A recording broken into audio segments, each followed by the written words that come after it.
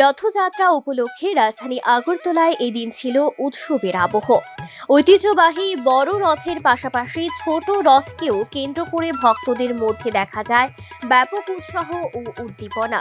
সকাল থেকেই বিভিন্ন বয়সের মানুষ, বিশেষ করে শিশু ও তরুণীরা ছোট রথ টানার আনন্দে সামিল হন। ভক্তদের জয় জগন্নাথ ধ্বনি, কীর্তন এবং শঙ্খধ্বনিতে মুখর হয়ে ওঠে চারপাশ। বড় রথের পাশাপাশি ছোট রথও দর্শনার্থীদের বিশেষ আকর্ষণের কেন্দ্রবিন্দুতে পরিণত হয়।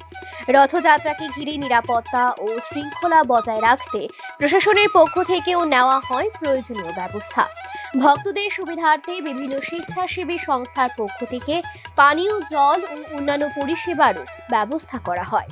আয়োজকদের মতে, ছোটদের মধ্যে ধর্মীয় ও সাংস্কৃতিক ঐতিহ্যের প্রতি আগ্রহ গড়ে তুলতেই বড় রথের পাশাপাশি ছোট রথের আয়োজন করা হয়েছে।